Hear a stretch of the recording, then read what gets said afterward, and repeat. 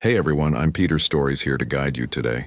If you use this video to drift off to sleep, please tap like, hit subscribe, and drop a comment telling me where you're watching from and what time it is there. Now settle in, get cozy, and let yourself relax.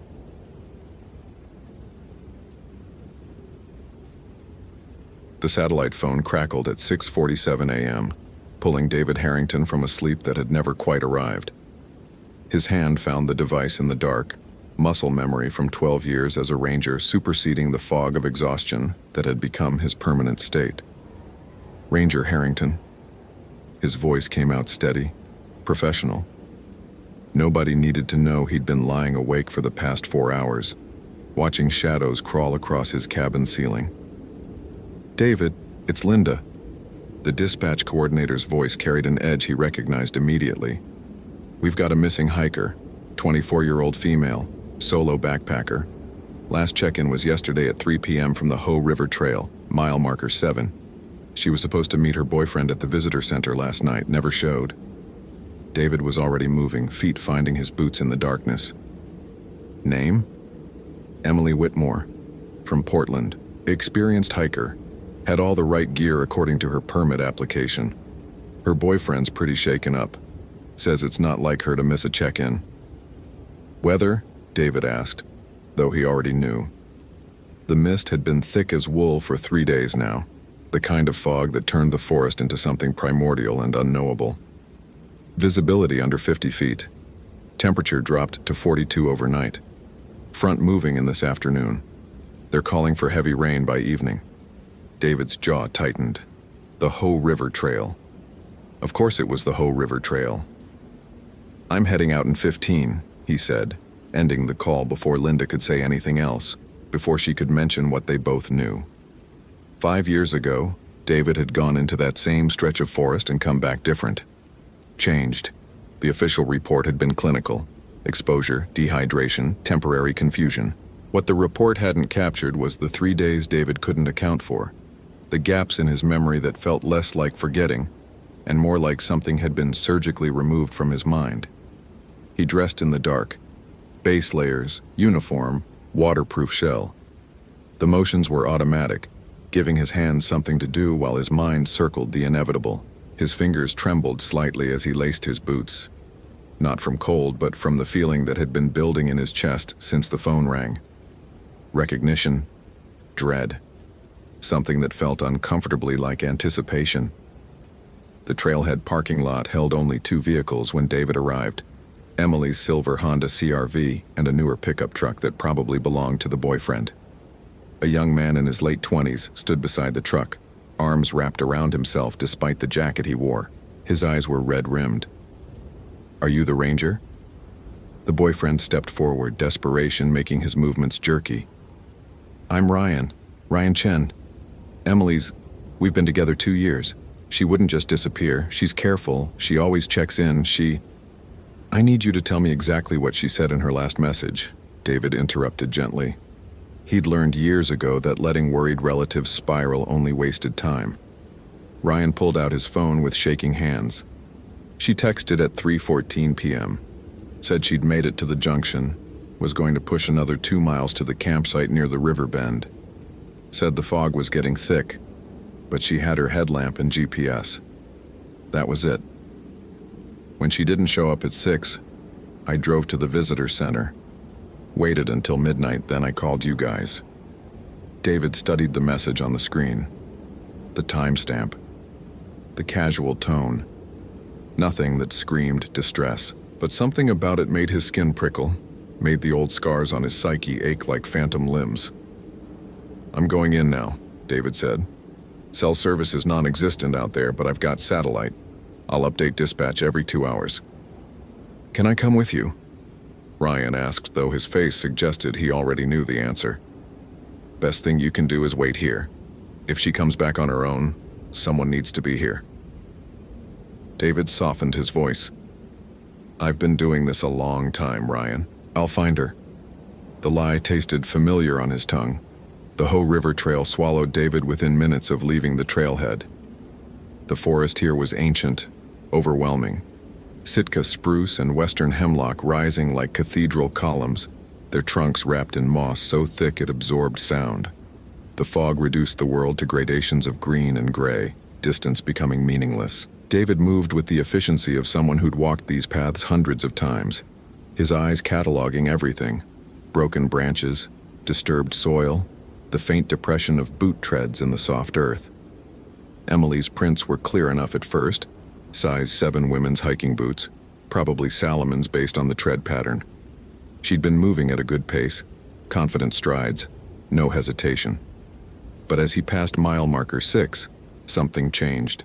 The forest grew quieter, not silent.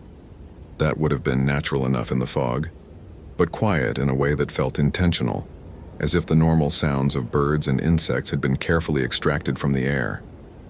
David's hand found the canister of bear spray on his belt, though he knew instinctively that whatever waited out here had never feared pepper spray. Emily's tracks became erratic around mile marker 7. She'd stopped several times, stood in place, turned in circles. David crouched, examining the prints with his flashlight. The soil here was churned up, chaotic. She'd been disoriented, probably walking in loops. Classic signs of someone caught in the fog, their sense of direction failing them. Except Emily was experienced, and her GPS should have kept her on track. David straightened, his breath visible in the cold air. The temperature had dropped at least 10 degrees in the past hour, though the fog should have insulated the forest floor. His radio crackled with static when he tried to check in with dispatch. Not unusual in the thick timber, but the interference sounded wrong somehow. Musical, almost. Like voices layered over each other, speaking in harmonics his ears couldn't quite parse. He was about to move on when he saw it. A piece of fabric snagged on a low branch about 20 feet off the trail. Bright orange, the color of Emily's jacket in her permit photo. David approached carefully, his boots sinking into moss that grew impossibly thick here. The fabric was torn, not cut. She'd run through here, moving fast, not watching where she was going, running from something or toward something. Beyond the branch, the forest floor showed signs of disturbance: broken ferns, displaced stones, a trail leading deeper into the woods, away from the marked path and toward the river. David knew he should mark the location, call it in, wait for backup. Instead, he followed. The sound of water grew louder as David pushed through the undergrowth, the Ho River's voice rising from a murmur to a constant roar. The fog lifted slightly near the water, revealing a landscape that seemed to exist outside of normal time. Massive nurse logs covered in sword ferns, water-smoothed stones the size of automobiles, the river itself running dark and fast over its rocky bed. And there, on a gravel bar 20 yards downstream, was Emily's backpack. David felt his pulse quicken as he scrambled down the embankment. The pack sat upright, carefully positioned, not dropped or discarded. He approached it like it might detonate, every instinct he'd honed over 12 years screaming that something was profoundly wrong. The pack's contents were organized, nothing missing that he could tell. Water filter, sleeping bag, food supplies still sealed. Her phone was in the top pocket, battery dead. Her permit and ID were in a waterproof pouch. Everything a responsible hiker would carry. Everything except the hiker herself. David straightened, scanning the gravel bar. No tracks led away from the pack, no signs of struggle. It was as if Emily had simply placed her belongings here and evaporated into the mist. "Emily!" His voice sounded flat in the fog, absorbed before it could travel. "Emily Whitmore, can you hear me?" Nothing. He tried his satellite phone. Static. The GPS showed his location accurately enough. He was roughly a quarter-mile southwest of mile marker 7, but the map kept glitching, pixels rearranging themselves into patterns that looked almost deliberate, almost like text. David forced himself to breathe slowly, to think like the professional he'd trained to be rather than the man he'd become 5 years ago. The man who still woke up sometimes with dirt under his fingernails and no memory of how it got there. The man who'd stopped looking at his own reflection too closely because sometimes, in certain lights, he didn't recognize what looked back. A sound cut through his thoughts. Humming. Faint. Melodic. coming from upstream. Every logical part of David's brain told him to wait, to call for backup regardless of whether the satellite phone worked, to mark this location and approach with caution. But the humming, it plucked at something deep in his memory, something from those 3 lost days that he couldn't quite grasp but recognized all the same. He moved toward the sound. The humming led David to a bend in the river, where the water pooled into a deep, still eddy. The fog hung over the pool like a physical thing, dense and luminous in the gray morning light. And there, standing knee-deep in the water with her back to him, was a woman. "Emily?" David called out, though he already knew. The woman turned and David's breath caught. She wasn't Emily. She was no one he recognized, but she was dressed in hiking clothes that looked decades out of style, canvas and leather instead of synthetic fabrics. Her face was pale, unmarked by any expression David could read. And her eyes held an emptiness that David remembered, not from seeing it in someone else, but from feeling it in himself. "You came back," the woman said. Her voice had the same musical quality as the static on his radio. "I've been waiting." David's hand moved to his bear spray, though he knew it wouldn't help. Nothing helped against what this was, what she was. "Where's Emily?" he managed. The woman tilted her head, studying him with those empty eyes. "Where were you, David, for those 3 days? Do you remember yet?" The question hit him like a physical blow, because no, he didn't remember. But standing here looking at this woman who couldn't exist, pieces were starting to surface. Fragments of memory that felt like they belonged to someone else. Water, cold beyond comprehension. Darkness that pressed in from all sides. And a voice. This voice. Asking him to make a choice. "You let me go," David said slowly, the words forming before he knew what he was saying. "5 years ago, you had me and you let me go." The woman smiled, though it didn't reach her eyes. "Not let go? Traded? You don't remember what you promised me?" David's mouth went dry. "I didn't promise you anything. You promised me another, a replacement, a life for your life." The woman took a step toward him, water sluicing off her legs. "And now she's here. Emily. Young, vital, so full of future. Everything I'm not. You took her." The words came out flat, certain. "She came to me. They always come when I call. The fog makes them lose their way. And then they hear me humming and they follow the sound right to the water. Just like you did, David. Just like you're doing now."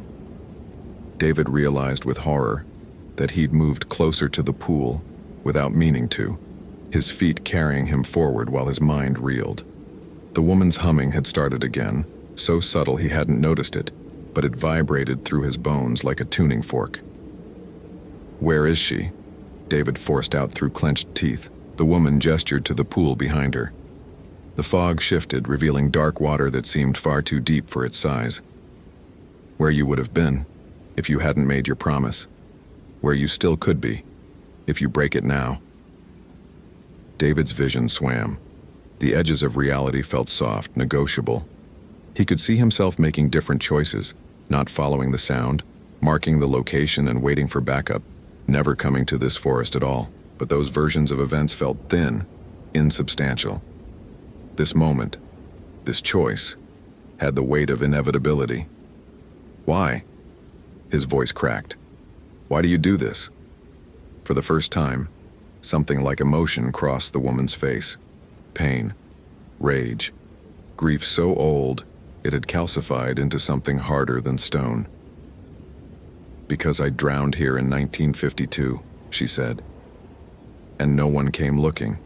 Because I screamed for help, and the forest swallowed the sound. Because I was 19 years old and I had a whole life ahead of me, and it was taken away in 4 minutes of cold water and panic. Because it's not fair, David. It's not fair that I'm gone and the world kept turning. So I make it fair. I take what was taken from me, again and again and again." David understood then, really understood what he was dealing with. Not a ghost in the Hollywood sense. Not some transparent figure moaning about unfinished business. This was something that had been human once and had been twisted by injustice and isolation into something that could only perpetuate its own suffering. "Emily didn't wrong you," David said quietly. "Neither did you. Neither did any of them." The woman's smile was bitter. "But that doesn't matter, does it? Fair isn't about who deserves what. It's about balance. And the scales have been tipped against me for 73 years. Let her go. Give yourself instead." The offer hung in the air between them. David could feel its terrible logic, the symmetry of it. One life for another. The promise he'd made 5 years ago, that he couldn't remember making but knew in his marrow was real. Finally coming due. He thought about Ryan waiting in the parking lot. About Emily's family who would spend the rest of their lives wondering what happened. About all the search teams and investigations and unsolved mysteries that fed this forest's dark reputation. He thought about the man he'd been before those 3 lost days, and the man he'd become after. The insomnia, the nightmares that weren't quite dreams, the feeling that he'd left something essential behind in these woods, and had been walking around incomplete ever since. Maybe this was just bringing him back to where he belonged. "If I do this," David said slowly, "you let her go. You release her completely. No tricks, no conditions. She walks out of here alive and whole." The woman studied him for a long moment. Then she nodded. "Yes. But you have to come willingly. You have to walk into the water yourself." David's hands were shaking as he removed his radio, his phone, his ranger badge. He placed them carefully on a rock, forming a small pile that someone might eventually find and understand. A cairn marking where David Harrington had finally paid his debt. He took a step toward the pool. The water was impossibly cold, even through his boots. Another step. The current pulled at his ankles, eager. Another step. The woman watched him with those empty eyes, and David could see himself reflected in them. Not as he was, but as he would be. Hollow. Endless. Hungry for what had been stolen. He was waist deep when he heard it. A voice, faint but distinct, calling from somewhere upstream. "Help! Please! Someone help!" David froze. The woman's expression shifted, something like panic flickering across her features. "That's not possible," she whispered. "She's already—" "Help!" The voice came again, clearer now. Emily's voice. Alive, terrified, but alive.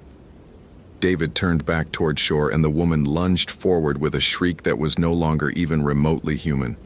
He threw himself backward, the current catching him, pulling him under. The cold was absolute, crushing, and for a moment he was back in those 3 lost days, drowning in darkness, feeling himself dissolve into nothing. But this time, he fought. If this story is holding your attention, follow for more quality content. What would you do in David's situation? Share your thoughts. David's head broke the surface 10 yards downstream, his lungs burning as he gasped for air. The woman was still in the pool, screaming, her form flickering between solid and translucent. The humming had become a shriek, atonal and ragged. He hauled himself onto the gravel bar, coughing up river water, his body numb with cold. The voice was still calling. Emily. Definitely Emily. And David forced himself to his feet, stumbling upstream toward the sound.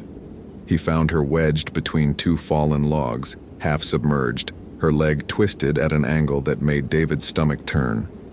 But she was breathing, conscious. Her eyes widened when she saw him. "Thank God," she gasped. "I fell. Yesterday, I think. I don't know. I keep losing time. There was a woman, she was humming, and I followed the sound, and then I slipped and—" She stopped, seeing something in David's expression. "What's wrong?" David looked back toward the pool. The woman stood at its edge now, no longer in the water, watching them. The rage on her face was terrible, but beneath it was something else. Something that might have been grief. "You can't have her," David called out, his voice hoarse. "The deal's off. I'm not trading anything. You promised." I promised under duress 5 years ago when I was drowning and didn't know what I was agreeing to. That's not a promise. That's coercion. The woman's form flickered again, less solid now.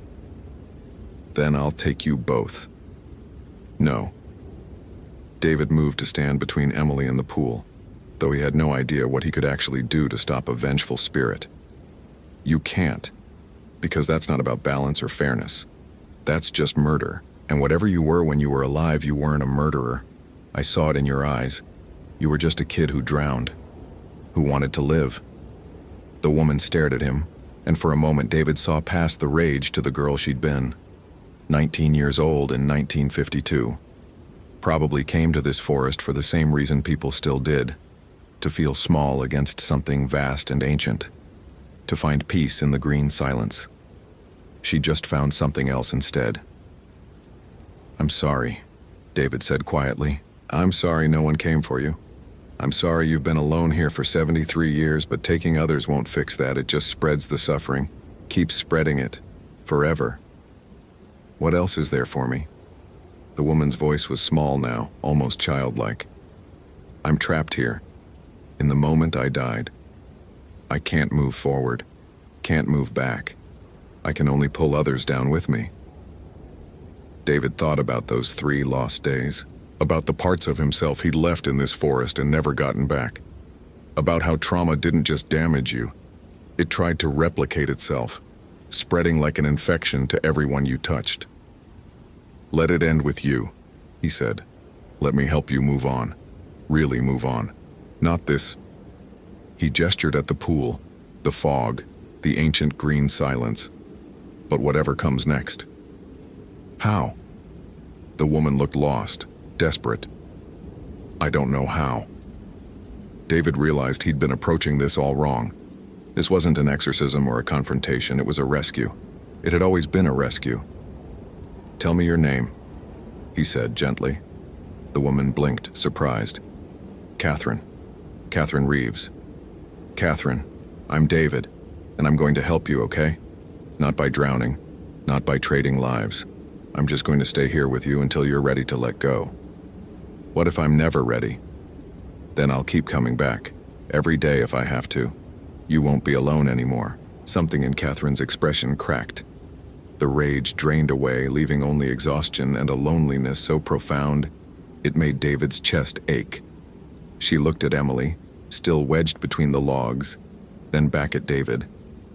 Help her first, Catherine said quietly. Get her out. Then come back for me, if you really mean it. I mean it. Catherine nodded slowly. Then she turned and walked back into the pool, submerging without a ripple, disappearing into the dark water. The fog began to lift. David got Emily to the trailhead by early afternoon. Her leg was fractured but stable, and she was coherent enough to walk with support. Ryan nearly collapsed when he saw them emerge from the forest, and David had to grip the young man's shoulder to keep him upright.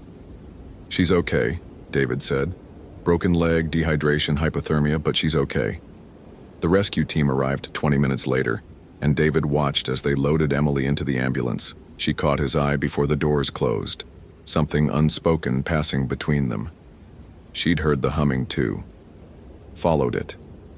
She would spend the rest of her life wondering what really happened in those woods, and David couldn't give her answers that would satisfy. Some experiences didn't translate into language. Linda found David in his cabin that evening, sitting in the dark with a mug of coffee he hadn't touched. Hell of a rescue, she said, leaning against the door frame. Girl's going to be fine.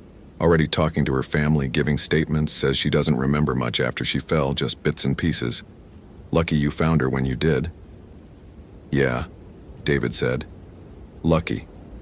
Linda was quiet for a moment. Then, you going back out there? Tomorrow. I promised someone I'd check on something. David. I know what it sounds like, but I need to do this. Linda sighed. Okay. But take someone with you, Richards or Martinez. Don't go alone. I won't. It was a lie. They both knew it was a lie. But Linda left anyway because some things you had to let people do, even when you knew they were walking toward something you couldn't see or understand. David returned to the Ho River at dawn the next day, moving through the forest with the certainty of someone following a map only he could read.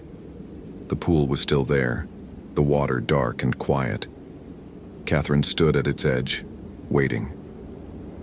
"You came back," she said. There was wonder in her voice. "I said I would." They stood together in the gray morning light and David began to talk.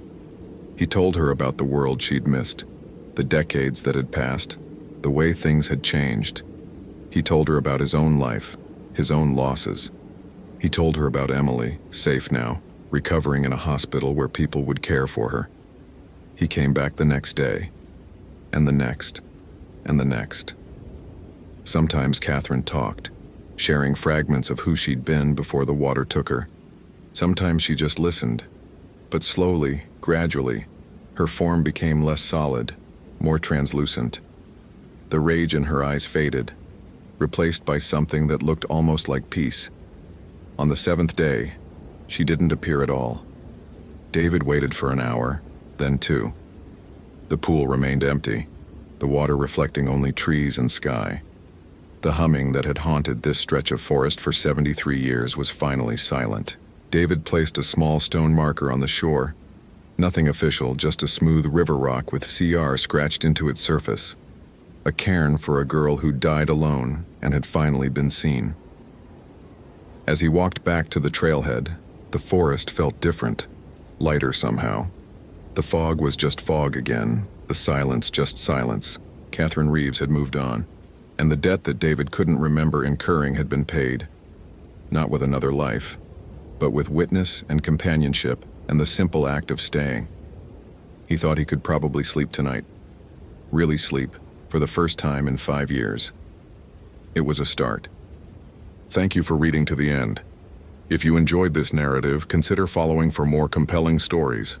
What's your interpretation of what David experienced? I'd love to read your theories in the comments.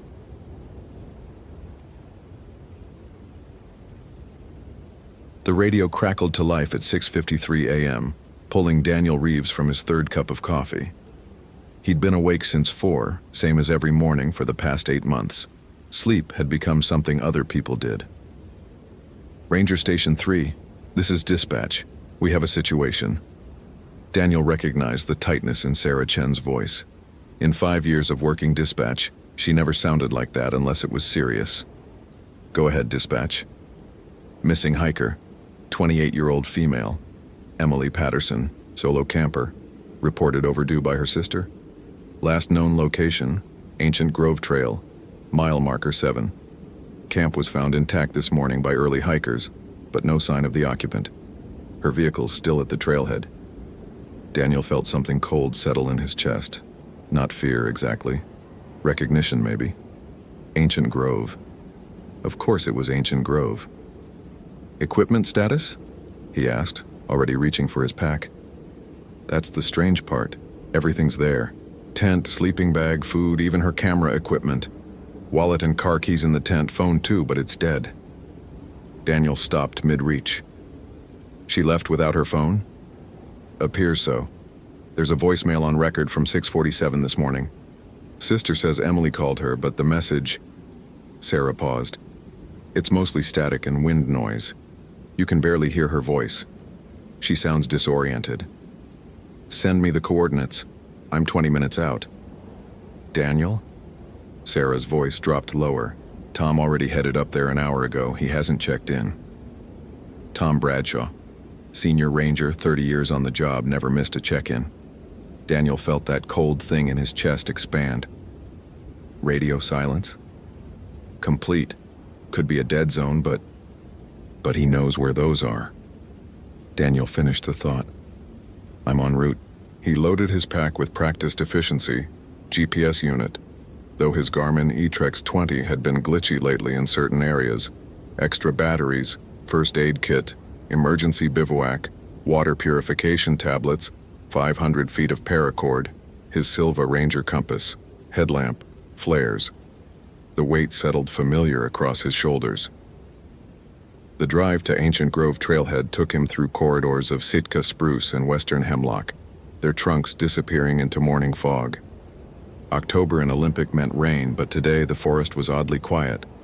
No birdsong filtering through the canopy, no Douglas squirrels chattering. Just the sound of his tires on wet asphalt and his own breathing. Daniel's hands tightened on the steering wheel as he passed the turnoff to Whisper Lake. He hadn't been back there since June 2014. 16 months, and he could still hear Marcus Chen's voice calling his name from somewhere in that fog. Still feel the certainty that his partner was right behind him, just out of sight. The search teams found Marcus 3 days later, 7 miles in the wrong direction, with no memory of how he got there, and a look in his eyes that never quite went away. The official report called it extreme disorientation due to hypothermia. Daniel had written it himself. Every word a lie he could live with.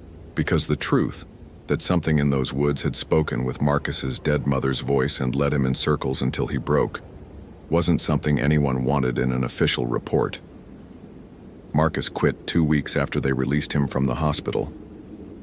Last Daniel heard, he was managing a hardware store in Tacoma, refused to go near anything resembling wilderness. The ranger station had suggested Daniel take time off, suggested counseling, suggested eventually that he might want to consider a transfer. Daniel had gone to exactly one therapy session, where he'd sat silent for 50 minutes while the counselor waited for him to explain why he'd failed to maintain situational awareness during the incident. He hadn't gone back. Instead, he worked double shifts, took every difficult assignment, volunteered for winter patrols. Anything to prove he was fine. Anything to avoid the quiet of his own apartment, where the sounds of the forest seemed to follow him. Emily Patterson's Subaru Outback sat alone in the gravel lot, license plate confirming the details.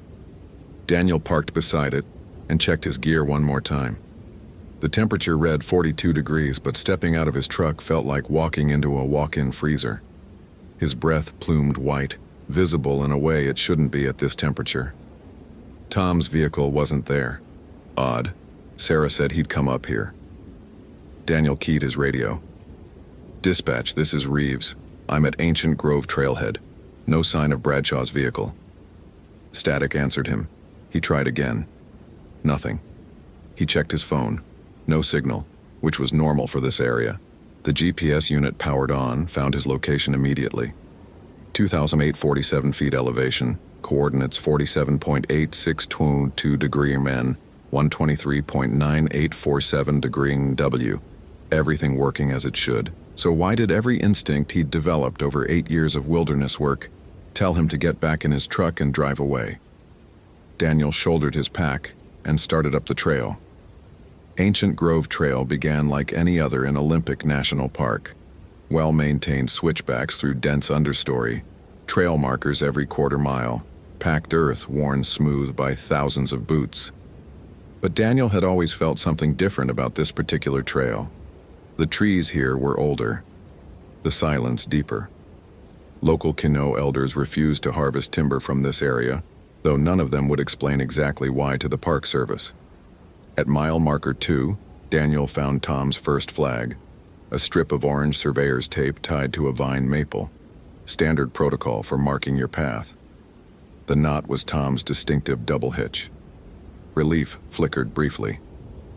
At mile marker 3, Daniel found another flag, then another at 3.4 miles.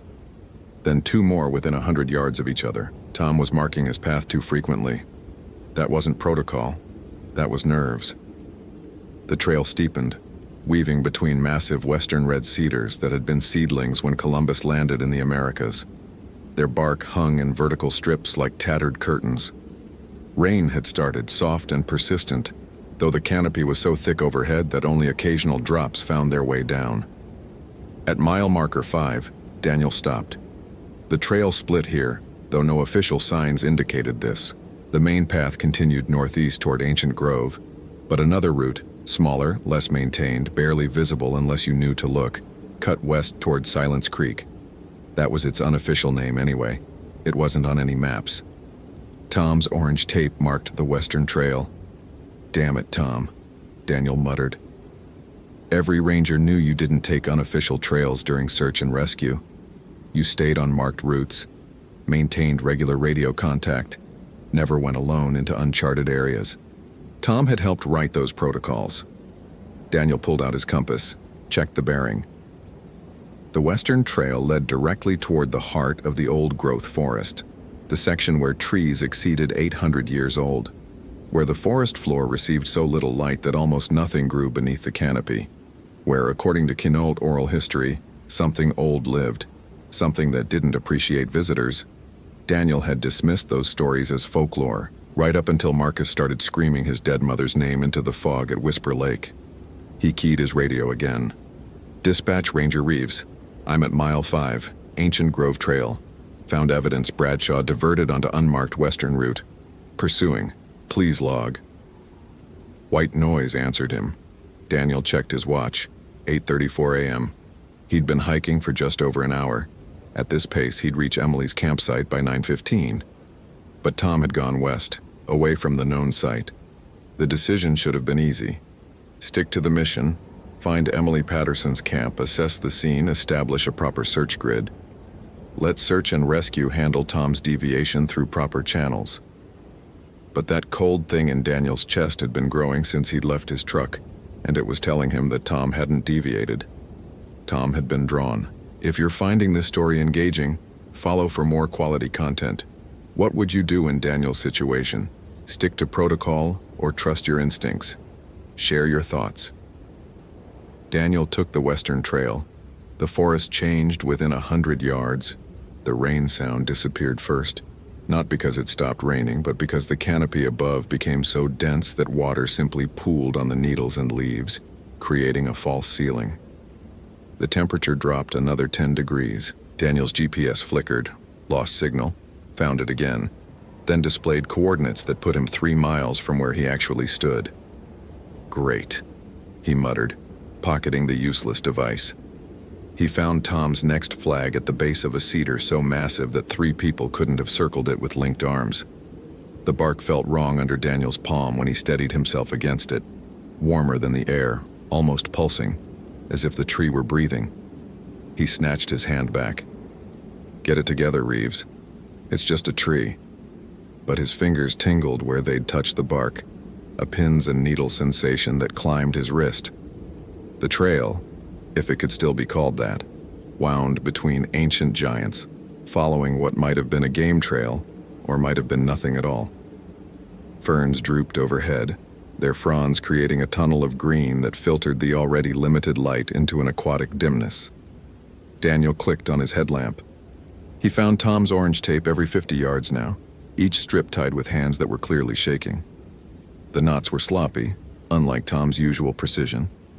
At the 7th marker, Daniel found something else. A torn piece of fabric from Tom's standard-issue jacket caught on a devil's club thorn. Tom had come through here fast. Running, maybe. Daniel's own breathing seemed too loud in the stillness. No wind penetrated this deep. No birds called. Even his footsteps on the soft earth were muffled into near silence. Then he heard it. "Daniel." His name, spoken in a voice he knew. A voice that shouldn't be here, shouldn't be anywhere, because its owner had died 3 years ago in a car accident on I-5. "Daniel, I'm lost, please." His sister Rachel's voice tight with fear and tears. Daniel's hand went to his radio automatically, pressing the transmit button twice in rapid succession. The distress signal. Static hissed back. "Daniel, it's so dark here, I can't find my way. Please help me." The voice came from ahead, somewhere beyond the veil of ferns. It sounded exactly like Rachel, the slight catch in her voice when she was scared, the way she pronounced his name with emphasis on the first syllable, like she used to when they were kids and she'd had a nightmare. Daniel's hand found the canister of bear spray on his belt. Whatever was ahead of him wasn't his sister. His sister was buried in Evergreen Cemetery in Seattle, and he'd scattered wildflower seeds on her grave every spring since 2012. "I know what you are," Daniel said quietly. His voice didn't shake. He was proud of that. The forest went absolutely silent. Then, "Do you?" Still Rachel's voice, but colder now. Amused. Yes. Daniel took a step forward, then another. You're why Emily Patterson disappeared. Why Tom came this way. You've been here longer than these trees, haven't you? Longer than the park. Longer than the name Olympic. Smart boy. Rachel's voice was layering now, doubling, as if multiple speakers were trying to sync up, but failing. Not smart enough to stay away, though. Just like the others. Just like your friend Marcus. Daniel froze. What do you know about Marcus? I know he heard his mother calling. I know he followed her voice until his mind broke. I know he wanders now, even in his safe little hardware store, always listening for her, waiting for her to call again. The thing was right. Marcus did still listen. Daniel had visited him once, 6 months ago, found him standing in the electrical aisle with his head tilted, absolutely motionless, while customers moved around him like water around a stone. Where's Emily? Daniel demanded. Closer than you think, just like Tom, just like you'll be soon enough. A shape moved between the trees ahead. Human-sized, but wrong somehow, its proportions not quite matching. In the dimness, Daniel couldn't make out details, just movement. This grove is sacred, the voice continued, still using Rachel's inflection but losing her warmth. Your Emily violated it, took pictures of things that shouldn't be seen, took pieces of things that shouldn't be taken. What pieces? Bark from the grandmother tree, moss from the eldest stone. She thought them pretty. She thought them hers. Daniel remembered the report. Emily's camera equipment left behind. Had there been samples? Had anyone checked? If she gives them back? Too late for giving back. The voice split entirely now, becoming a chorus. Rachel's tone mixed with others. Tom's gravelly baritone, Emily's higher pitch, Marcus's careful enunciation. A dozen voices or more speaking in eerie synchronization. Once taken, always owed. The grove demands balance. The grove demands respect. The grove demands... A hand grabbed Daniel's shoulder from behind. He spun, bear spray up, finger on the trigger. Tom Bradshaw stood there, uniform torn, face scratched by branches, eyes wide and haunted, but definitely human, real. Don't listen to it, Tom rasped. It gets in your head, makes you hear things, see things. I've been walking in circles for 3 hours. Every time I think I'm heading back to the trail, I end up deeper in. Daniel grabbed Tom's arm, felt solid flesh and bone. You're real. Yeah. Tom's laugh held an edge of hysteria. Though I'm not sure how much longer. It's been showing me my daughter. She died in 2003. Overdose. It's been showing me the day I found her, over and over, asking me why I didn't come home earlier. Why I didn't notice she was using, why I... His voice broke. Look at me, Daniel ordered. Focus. Where's Emily? I saw her. 20 minutes ago, maybe. She was in the center of the grove, at the big cedar, the one with the triple trunk. But Daniel, she wasn't alone. There were others. People, or shapes like people. They were just standing in a circle around her, not moving. Daniel's mind raced. Could she walk? Don't know. Didn't get close enough. That's when it started using my daughter's voice and I... Tom's face crumpled. I ran. God help me, I ran.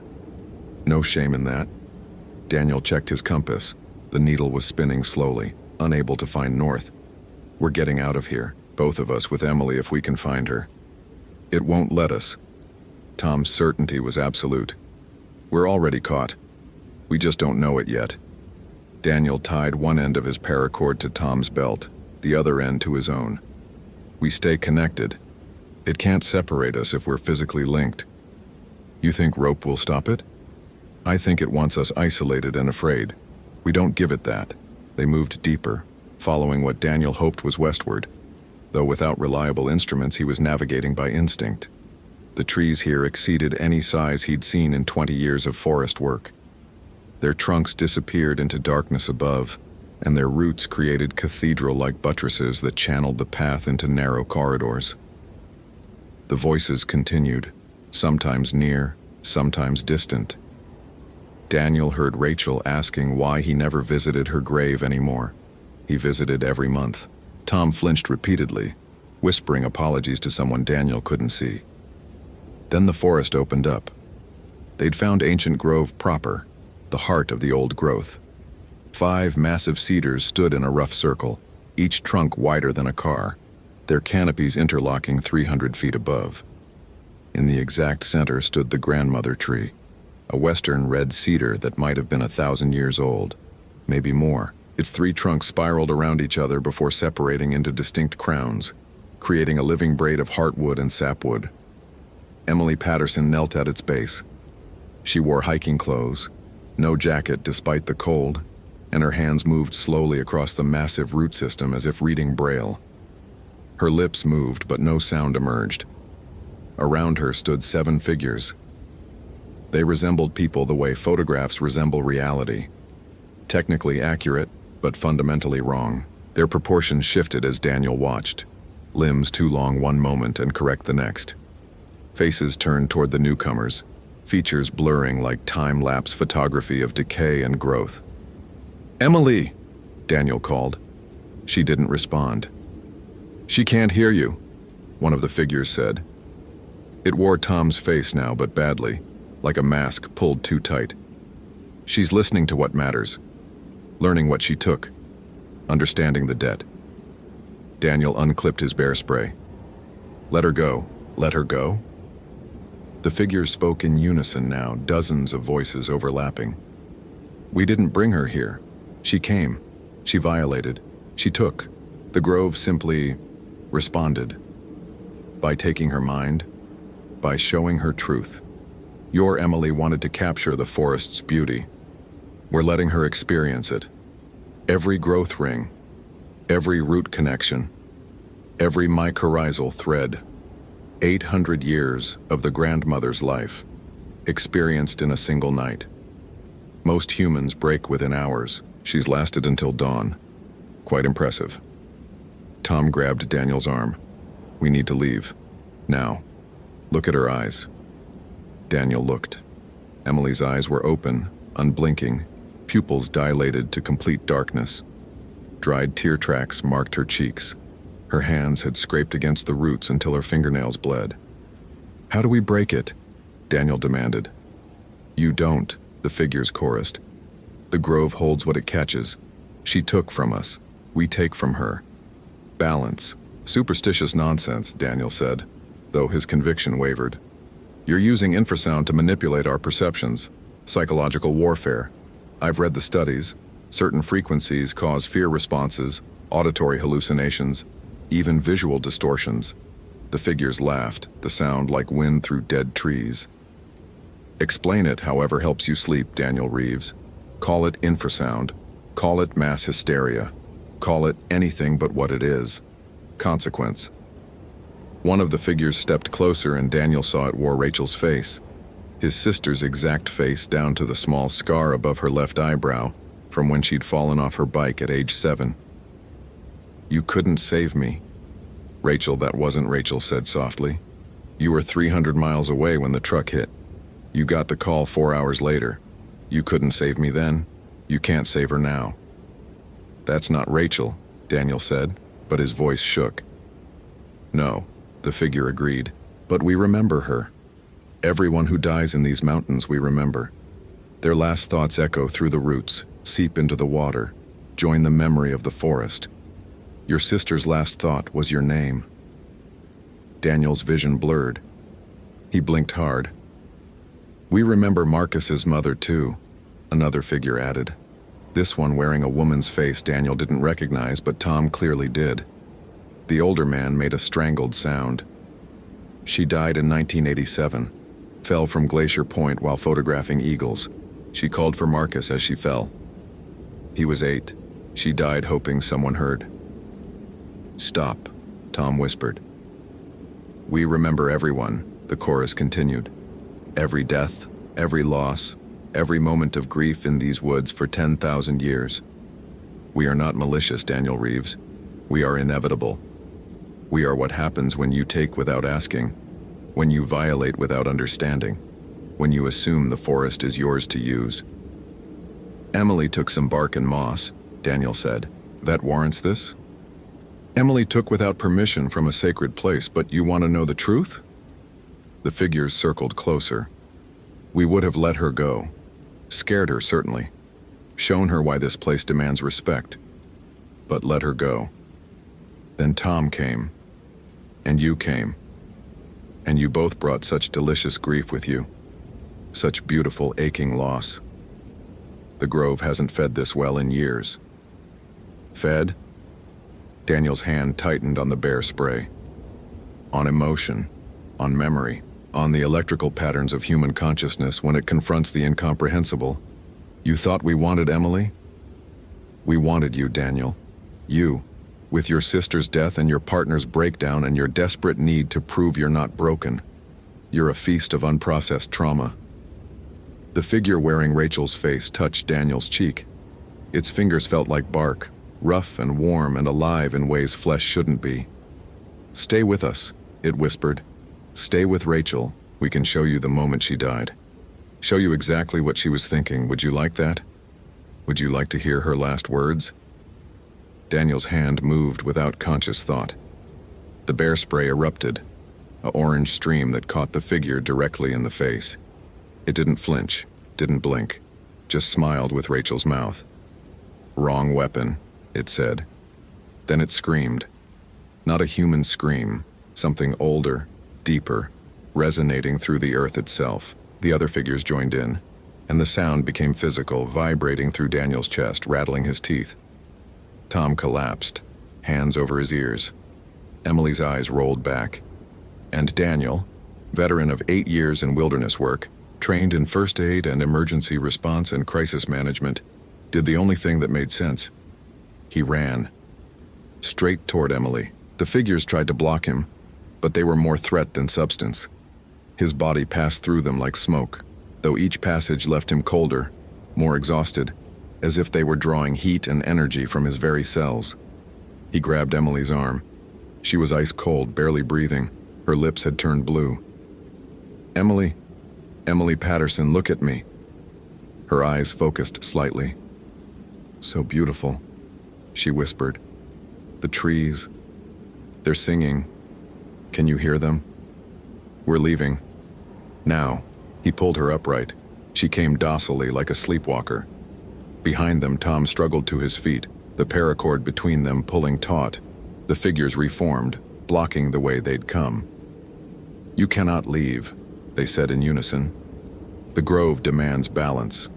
Something was taken. Something must remain. Daniel's mind raced. Something taken.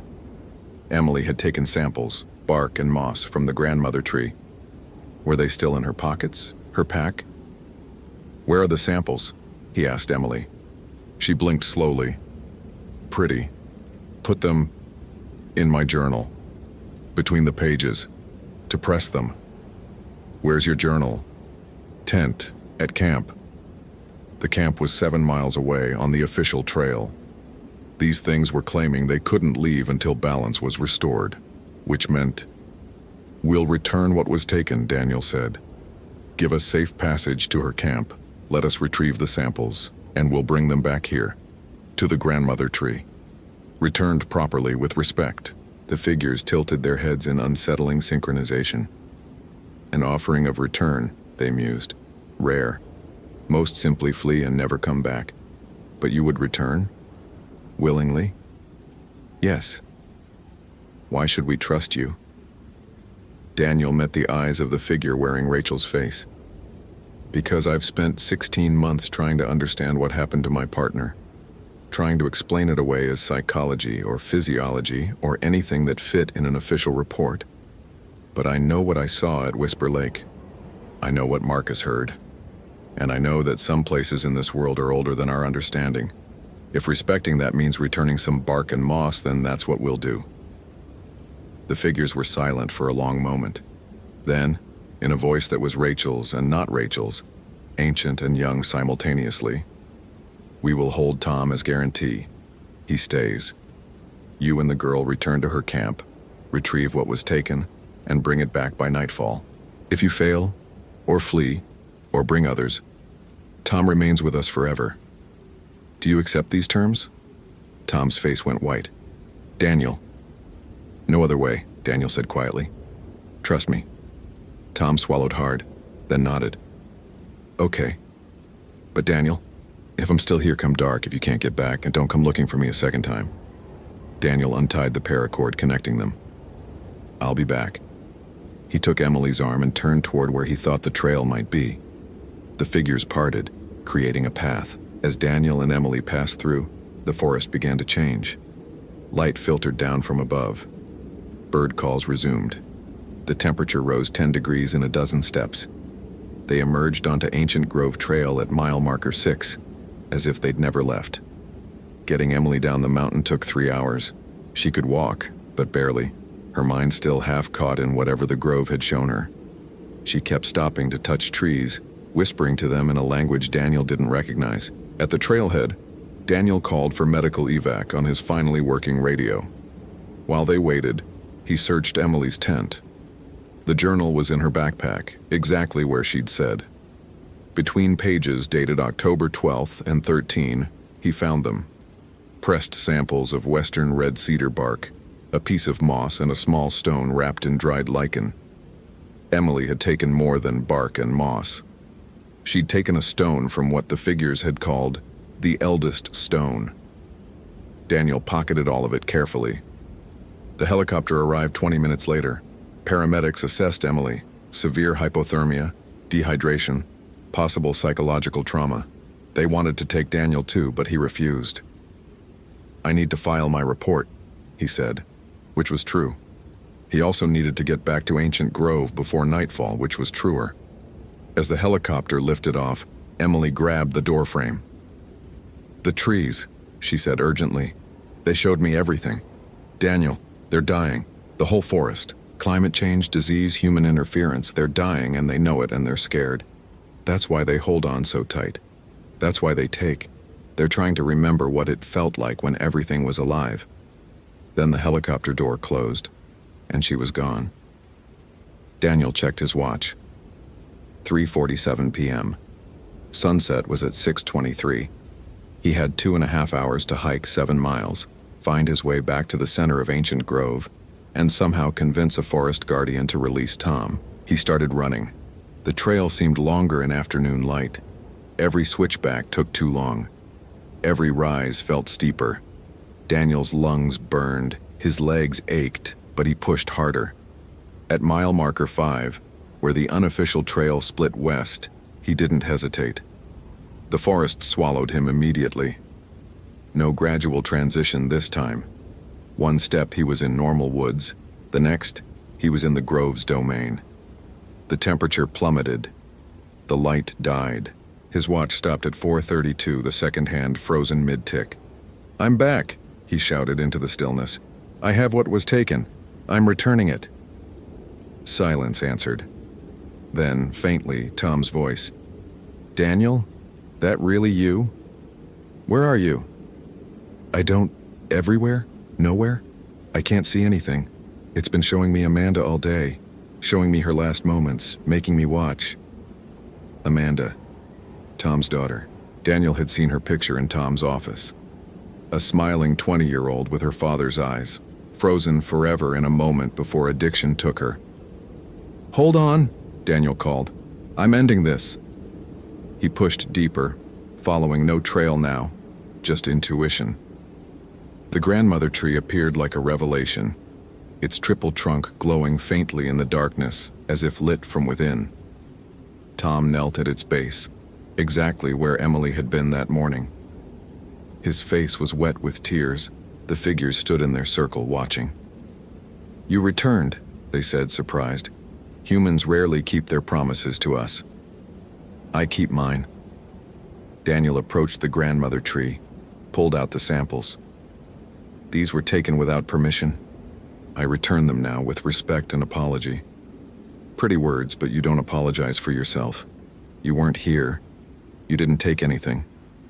No, but I'm part of the same species that did, and I'm asking, on Emily's behalf, on behalf of everyone who's ever taken from these woods without understanding, for forgiveness.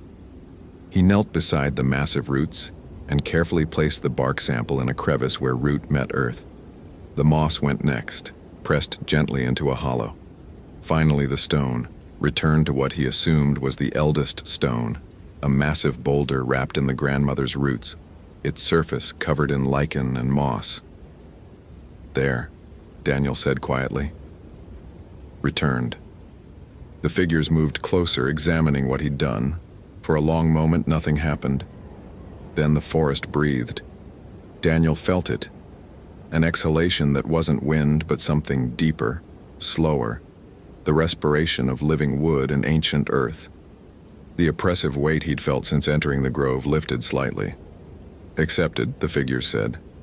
"Tom is released. You may both go." Tom scrambled to his feet, eyes wide with hope, but Daniel didn't move. "What Emily said," he began carefully, "about the forest dying, about you being scared. Is it true?" The figures regarded him with expressions that might have been surprise. "Why do you ask?" "Because if it's true, then what's happening here? The taking, the holding, the desperate grasping, it's not malice. It's fear. You're trying to hold on to something that's slipping away." "We are memory," the figure said softly. "We remember when this forest stretched from ocean to mountains, unbroken. We remember when no machines tore through our roots, when no chemicals seeped into our water, when the climate itself didn't shift beneath us. We remember, and we hold what we can, because memory is all we have left." Daniel felt something in his chest crack open. "I understand that, I do. But taking people, showing them horrors, driving them mad, that won't save you. That will just make humans fear you more. And what humans fear, they destroy. What would you have us do?" The question came from the figure wearing Rachel's face. "Accept our slow death? Fade quietly while the world burns?" "No," Daniel said. "But maybe instead of taking from the people who come here, you could show them what you've shown me. Let them feel what this forest means. Let them understand what's being lost. Fear makes people destructive. But grief, understanding, that makes them fight to save things." The figures were silent for a long time. "You are strange, Daniel Reeves," they finally said. "Most who encounter us leave broken or terrified. You leave trying to negotiate. I'm a ranger. It's my job to protect the forest and the people in it. Maybe that means protecting you too." "Perhaps." The figure wearing Rachel's face stepped closer. "Your sister's last thought was your name. Would you like to know her last words?" Daniel's throat tightened. "Yes." The figure leaned in, whispered in his ear. 7 words that Daniel would carry with him for the rest of his life. 7 words he wouldn't share with anyone because they were his alone. Then the figure stepped back. "Go," they said. "Tell no one what you saw here, but remember. And when others come, the ones who would harvest these trees, who would turn this grove into profit, remember us. Speak for us. We cannot speak for ourselves." "I will," Daniel promised. He grabbed Tom's arm, and together they ran. The official report stated that Emily Patterson had experienced severe hypothermia-induced confusion, leading to disorientation. Tom Bradshaw had gotten lost, searching for her due to equipment malfunction. Daniel Reeves had successfully located both and facilitated their rescue. Standard wilderness incident, resolved without fatalities. Daniel filed the report himself. Every word a careful truth and a necessary lie. Emily Patterson recovered physically within a week. Psychologically took longer. She never went hiking alone again. But she also never stopped talking about the forest, about its beauty and fragility, about what needed protecting. Her photographs from Olympic, the ones taken before she entered Ancient Grove, won awards. She donated all proceeds to forest conservation. Tom Bradshaw retired a month later. His official reason was his back, which had been bothering him for years. The real reason was the dreams. Amanda speaking to him every night, telling him about the forest, about memory, about holding on. Daniel stayed. He requested assignment to Ancient Grove specifically, became its unofficial guardian. When logging companies surveyed the area, he found procedural reasons to delay them. When developers proposed new trails, he cited environmental concerns. When tourists asked about the haunted woods, he told them stories that were both true and false. And once a year, on the anniversary of finding Emily, Daniel hiked to the center of Ancient Grove. He brought offerings: water from pure streams, seeds from native plants, stones shaped by ancient rivers. He placed them at the base of the grandmother tree and whispered thanks. Sometimes on those visits he heard Rachel's voice, not the terrible chorus of the grove, but her real voice, the way it had sounded when she was alive. He never saw her, but he heard her, and that was enough. The forest remembered. Daniel made sure humanity didn't forget. Thank you for reading to the end. If you enjoyed this narrative, consider following for more engaging stories. What's your interpretation of what Daniel truly experienced in Ancient Grove? Genuine supernatural phenomena or psychological manifestation of guilt and grief? I'd love to read your theories in the comments. The Ancient Grove still stands in Olympic National Park. Rangers assigned to that sector report unusual equipment malfunctions and occasional disorientation. No official explanation has been provided. The trail remains open to the public. Hike at your own risk. And if you take anything from the forest, anything at all, remember to return it.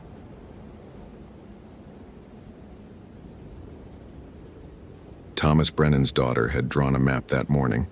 She was 7, and the map showed their house as a pink square in the center, with wobbly lines radiating outward like sun rays.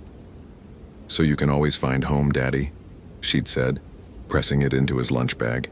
He'd kissed the top of her head, breathed in the strawberry shampoo his wife Emma used on both girls, and promised he'd be back by dinner.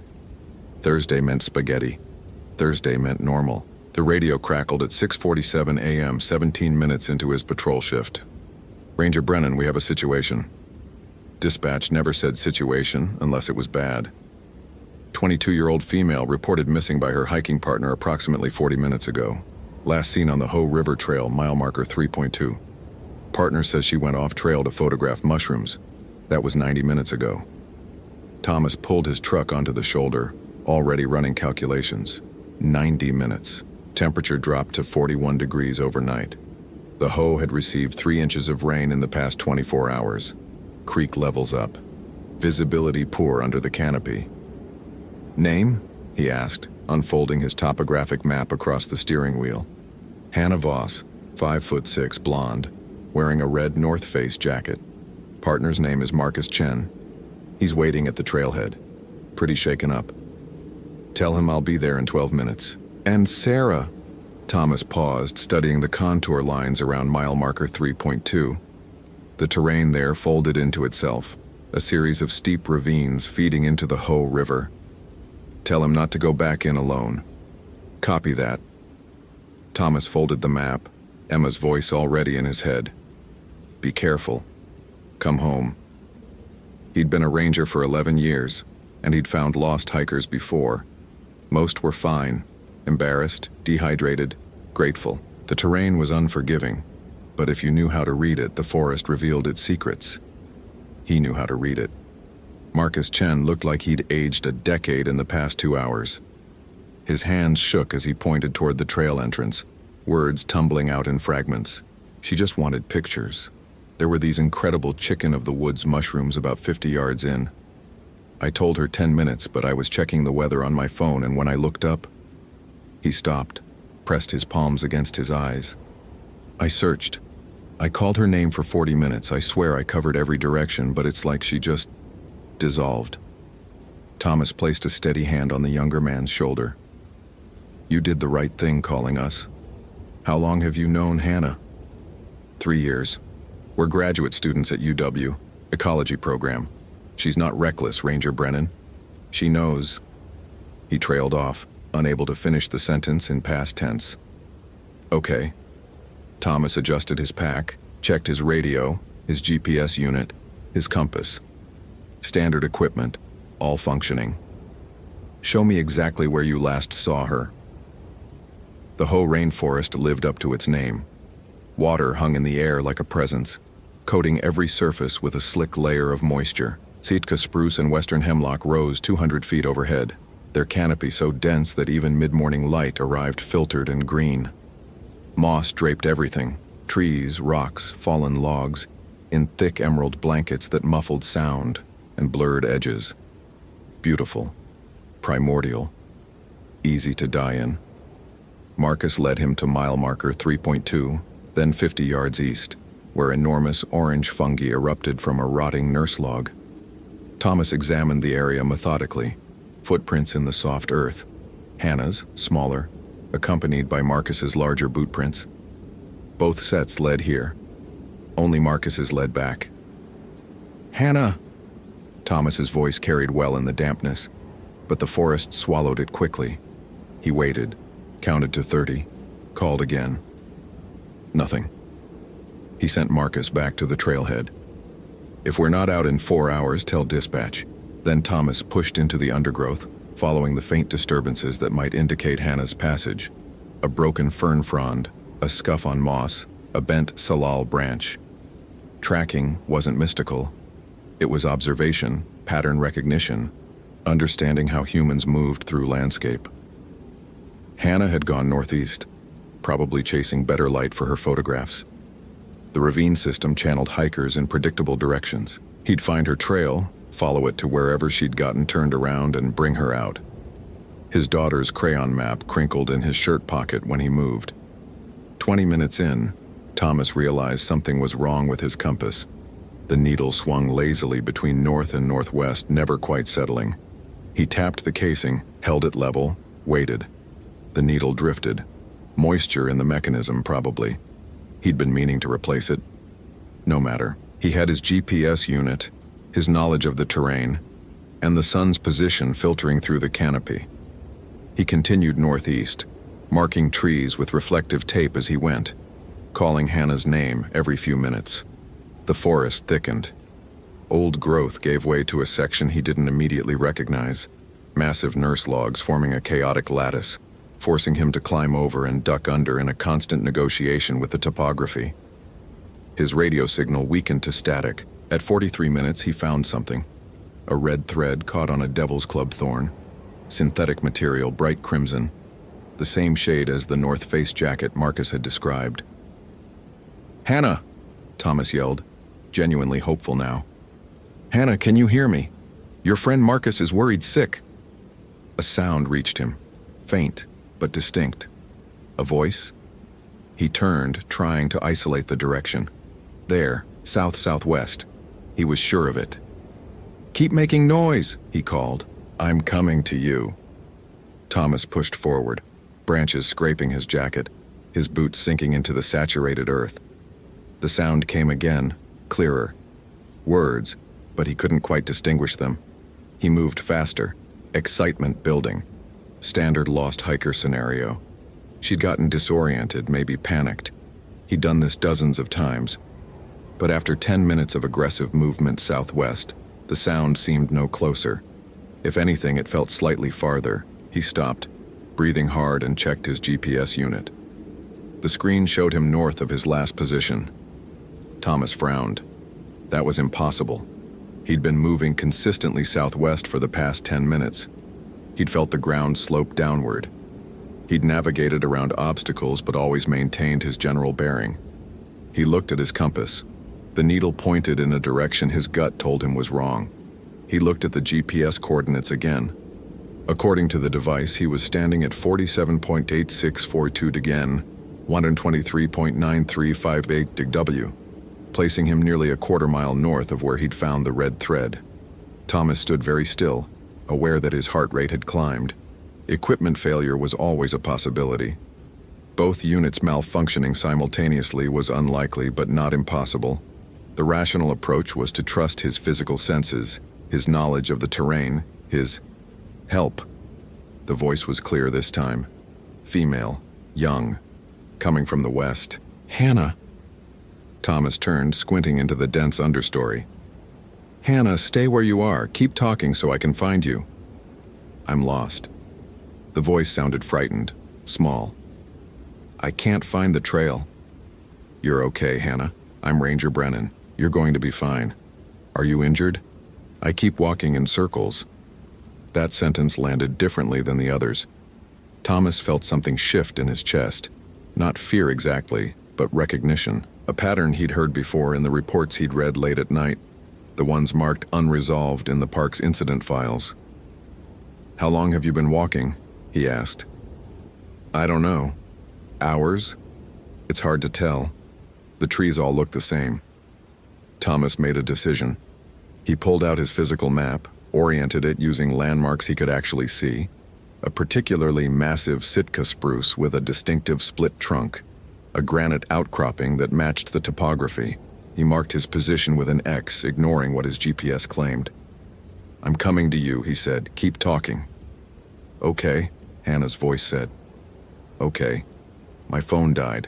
I tried to follow my own footprints back, but they led nowhere. They led to places I'd never been. Thomas walked west, marking trees aggressively now, building a visible trail back. The voice stayed ahead of him, constant distance, even as he moved. After another 20 minutes, Thomas stopped walking. The voice had said 17 different things. Each sentence came from the same distance, the same direction, no matter how he moved. And there was something else now, something his conscious mind hadn't wanted to acknowledge. The voice sounded like Emma. Not identical, but similar. The cadence, the slight upward lilt on certain words, the way okay came out as 3 syllables when she was stressed. Thomas's hands were shaking. He forced them still, forced himself to think clinically. Auditory phenomenon, stress response. His mind filling in familiar patterns. He'd been out here an hour and a half. He'd skipped breakfast, blood sugar low, mind playing tricks. Hannah, he called, and his voice sounded foreign in his own ears. I need you to tell me what you see around you. Describe your immediate surroundings. Silence. Hannah. More silence. Then, Daddy? Thomas's entire body went rigid. When are you coming home, Daddy? You promised spaghetti. That wasn't Hannah's voice anymore. It was Sophie's, his 7-year-old daughter, who'd drawn him a map that morning, who was sitting in her 2nd grade classroom right now, safe, nowhere near this forest. No, Thomas said aloud.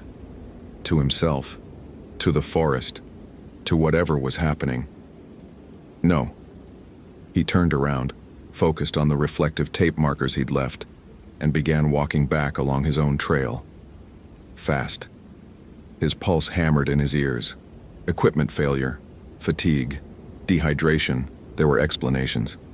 Behind him, Sophie's voice called, "Don't you love us anymore?" Thomas walked faster, eyes locked on each piece of tape, counting them. 1, 2, 3. They were exactly where he'd placed them. Physical evidence of his path. Real. Verifiable. 4, 5, 6. On the 7th marker, he stopped. The trail he was following led to a tree he'd never marked. The tape was there, his tape, unmistakable, but the tree was wrong. Too large, different species. Western red cedar instead of Sitka spruce. Thomas spun slowly, examining the surrounding forest. Nothing matched. This wasn't anywhere he'd been in the past hour. This wasn't anywhere he knew. According to his tape trail, he'd walked here. The physical evidence insisted on it. His GPS unit, when he checked it, showed him back at the trailhead parking lot. No, Thomas said again, but quieter now. He pulled out his physical map, tried to orient it using the sun's position, realized he couldn't actually see the sun anymore. Couldn't remember when he'd last seen it. The canopy here was wrong. Too thick, too dark. The kind of old growth that shouldn't exist this close to the maintained trail. His radio produced only static. Every frequency, white noise. Thomas made himself breathe slowly. In through the nose, out through the mouth. Think. He was a professional. He knew wilderness survival. When your instruments fail, when you're disoriented, the protocol is simple. Stay put, conserve energy, wait for rescue. But Hannah was out here somewhere. And if what was happening to him was also happening to her, She's already gone, Emma's voice said from behind him. Thomas didn't turn around, didn't look, kept his eyes forward, jaw clenched. They're all gone, Thomas. Everyone who comes here. The forest keeps them. You're not real, he said to the moss-covered log in front of him. Does that matter? Not Emma's voice anymore. Something else. Gender neutral. Age neutral. Flat. You're here. That's what matters. You came in just like she did, just like all the others. Thomas had read the reports. Park Service kept them in a locked file cabinet, marked Open Investigation. 15 years of incident reports from Olympic National Park. Hikers who vanished. Search parties that covered every square inch of terrain and found nothing. GPS coordinates that led nowhere. Compasses that spun without reason. He'd read them on slow nights, told himself there were always explanations. Animals, falls, exposure, people wandering farther than seemed possible. The forest was vast. Bodies could remain hidden forever. But there'd been patterns he hadn't wanted to see. Clusters of disappearances around specific trail systems, the Hoh River Trail particularly. Witnesses reporting the same phenomenon, voices calling them deeper, compasses failing. The sensation of walking in circles despite following clear landmarks. One report from 2003 had stuck with him. A ranger named Patricia Whitmore had gone searching for a missing hiker. She'd radioed in regular updates for the first hour, then nothing. They'd found her 23 hours later, 3 miles from where she'd entered the forest, unconscious and severely dehydrated. When she woke, she'd said she'd walked for hours, following her own trail markers, only to find herself in places that couldn't exist, places where the geography folded wrong, where trails led back to themselves. She'd taken early retirement, moved to Arizona, never set foot in a forest again. Thomas had thought she'd had a breakdown, stress, trauma. Now he wasn't sure. He forced himself to think systematically. Assume the phenomenon was real. Assume the forest, something in it, something about it, created spatial distortions. What were his options? Option 1, stay put, wait for rescue. But his radio was dead, and the search team would be looking in the wrong place, following protocols that assumed normal geography. Option 2, try to navigate out. But his instruments were compromised, and moving seemed to accelerate the disorientation. Option 3, find Hannah. If they were both trapped in the same phenomenon, maybe 2 people together would have better chances. Shared observation, reality checks. It wasn't much of a plan, but Thomas had spent his adult life solving problems in the wilderness, and the first rule was simple: never stop thinking. He called out again, "Hannah, Hannah Voss, if you can hear me, I need you to respond." He waited, counted to 60. The forest pressed in, that oppressive silence unique to old growth where sound seemed to die inches from its source. Then, here. Female voice, young, frightened. Crucially, it sounded human again. Not Emma, not Sophie. Just a scared woman who'd made a mistake and wanted to go home. "Keep talking," Thomas said. "Tell me about your research. Marcus said you study ecology. Fungal networks."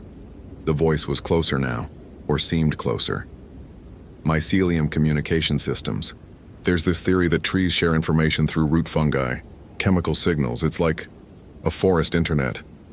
Thomas walked toward the voice, but this time he didn't watch his compass or GPS. He watched the terrain itself. Slope, drainage patterns, the way moss grew heavier on north-facing surfaces. Primitive navigation, the kind humans had used for millennia before instruments. "That's fascinating," he said, keeping her talking. "What made you interested in that?" "My dad." Hannah's voice definitely closer now. "He's a geologist. He used to take me on field trips. He said the most important thing is learning to read landscapes, understanding that everything connects to everything else." Smart father, Thomas thought. That's exactly what he needed to do now. Read the landscape, understand how it connected, even if the connections were impossible. "I see you." Hannah's voice, clear and close. Thomas looked up, and there she was, 30 feet away behind a massive nurse log. Red jacket, blonde hair plastered to her head with moisture, face smudged with dirt and fear. "Hannah," he said carefully. "Oh, thank God." She scrambled over the log, nearly fell, caught herself. "You're real. You're actually real. I've been hearing voices for hours and I couldn't tell what was real anymore." Thomas reached her, caught her elbow to steady her. She was solid, warm, shaking. The overwhelming relief in her face looked genuine. "Are you injured?" he asked. No, just scared. So scared. My GPS started giving impossible readings and then my phone died and I tried to retrace my steps but nothing made sense." She stopped, looked at him with sudden intensity. "Your compass. Check your compass." Thomas pulled it out. The needle swung in slow circles, pointing nowhere. "Mine too," Hannah said. "And my GPS says I'm in the parking lot. Does yours?" Close enough. They stared at each other, both recognizing they were dealing with the same impossibility. "We need to move smart," Thomas said. "Classical navigation, sun position, water flow, terrain features. We ignore the instruments." Hannah nodded, wiped her eyes with dirty hands. "Which direction?" That was the question. Thomas oriented himself using the giant Sitka spruce he'd noted earlier, assuming it was still where it should be. "Southwest. The Hoh River runs southwest through this section. If we can find the river, we can follow it down to the trail." "Okay." Hannah took a shaky breath. "Okay. Let's go." They walked together, and Thomas felt his pulse steady slightly.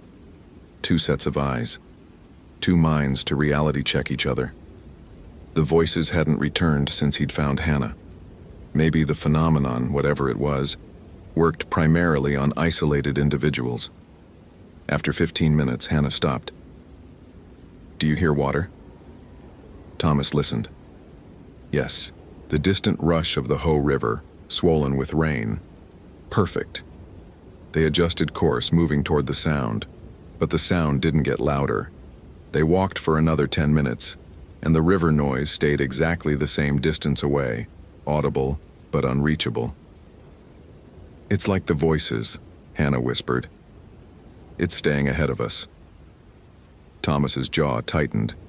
He looked around, searching for any landmark he recognized, any evidence they were making progress.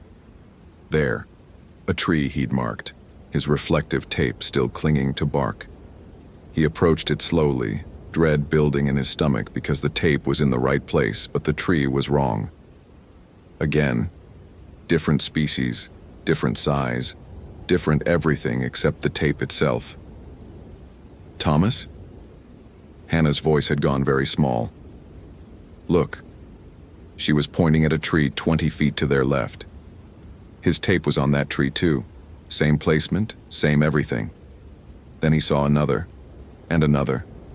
7 trees in a rough circle, all wearing his reflective tape in identical positions, all different species and sizes. "This isn't possible," Hannah said. Thomas said nothing, because it clearly was possible, and they were standing in the middle of the proof. "We're going to die here." Hannah's voice cracked. "Just like all the others. The forest doesn't let people out." "No." Thomas grabbed her shoulders, made her look at him. "Listen to me. We're not dying. I have a daughter who drew me a map this morning.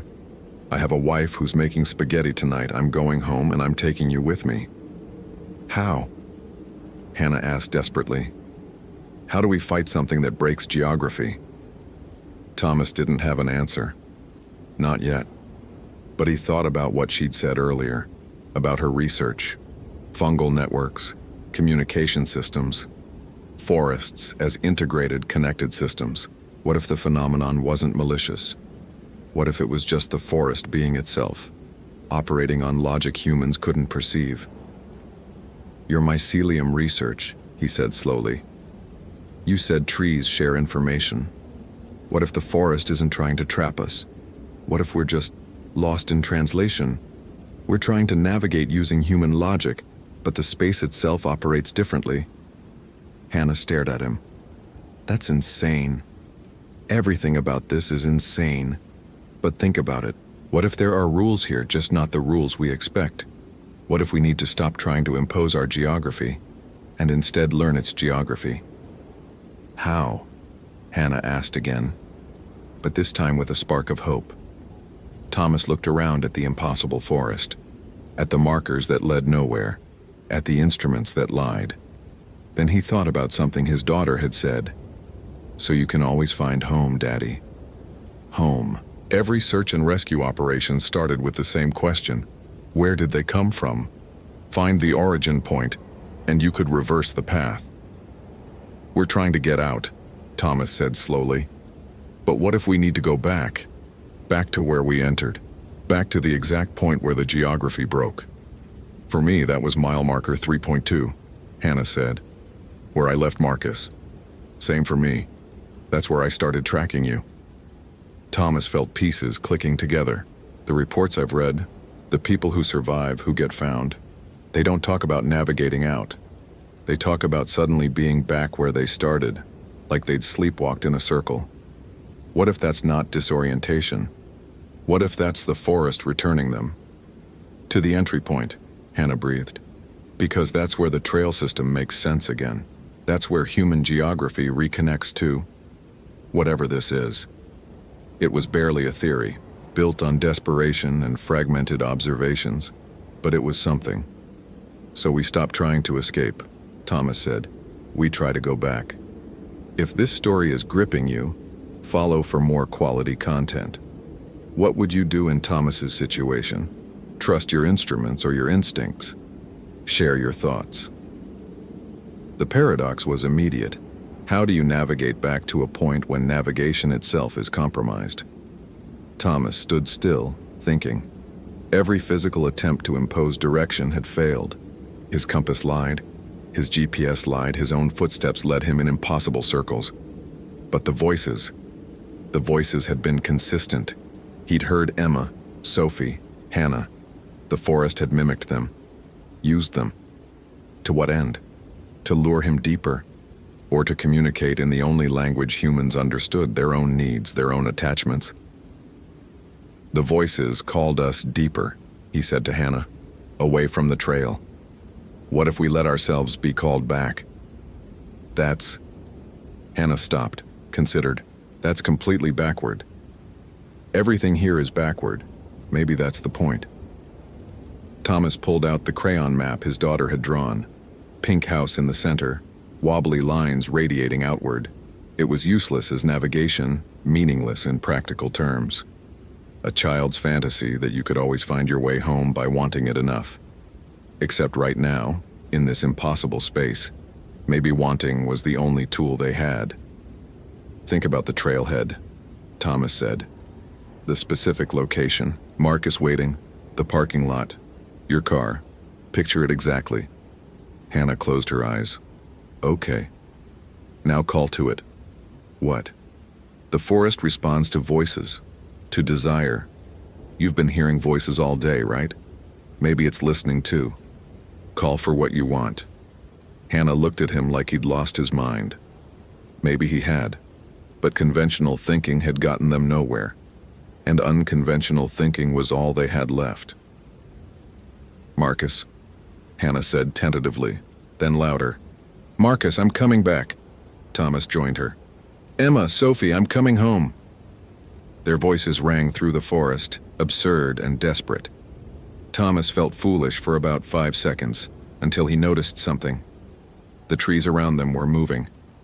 Not swaying. There was no wind. Moving. Shifting positions, branches sliding past each other without sound, massive trunks rotating slowly like chess pieces on a board. Don't stop, Thomas said. Keep calling. They called to the people they loved, to the world they'd left that morning, to the normalcy of parking lots and families and promises kept. And the forest rearranged itself around them. A path opened. Not a trail exactly, more like a suggestion of space, a direction that felt right in a way Thomas couldn't articulate. He took Hannah's hand, and they walked forward, still calling. The voices answered back now. Emma's voice, Sophie's voice, Marcus's voice, all ahead of them, guiding them forward. Thomas knew they weren't real, but maybe that didn't matter. Maybe the forest was using their own need to show them the way back, the same way it had used their need to lead them astray. They walked through a forest that shifted like water, trees sliding past them, moss-covered logs rolling aside, the canopy above opening and closing like breathing. Impossible geography made briefly navigable through sheer want. Thomas didn't know if they'd been walking for 5 minutes or 50 when they emerged at mile marker 3.2. Marcus was there, right where they'd left him, screaming Hannah's name into the forest.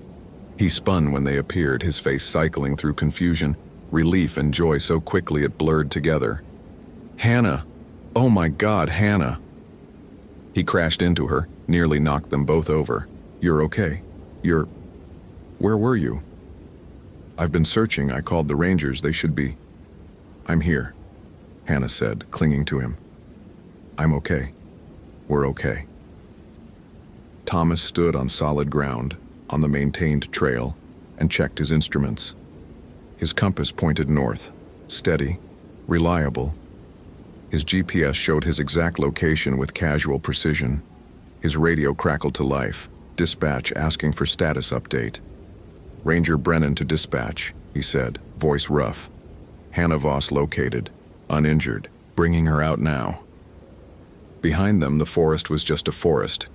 Trees that stayed put, moss that clung to northern sides, shadows that fell in predictable patterns. Thomas looked back anyway, studying the edge where maintained trail gave way to wilderness. There was nothing unusual, nothing that suggested what he'd experienced. Any investigation would find exactly nothing, just another case of temporary disorientation, easily explained by stress and terrain. "Ranger?" Hannah stood next to him, Marcus's arm around her shoulders. "Thank you." "You're welcome." Thomas hesitated, then added, "Write your dissertation.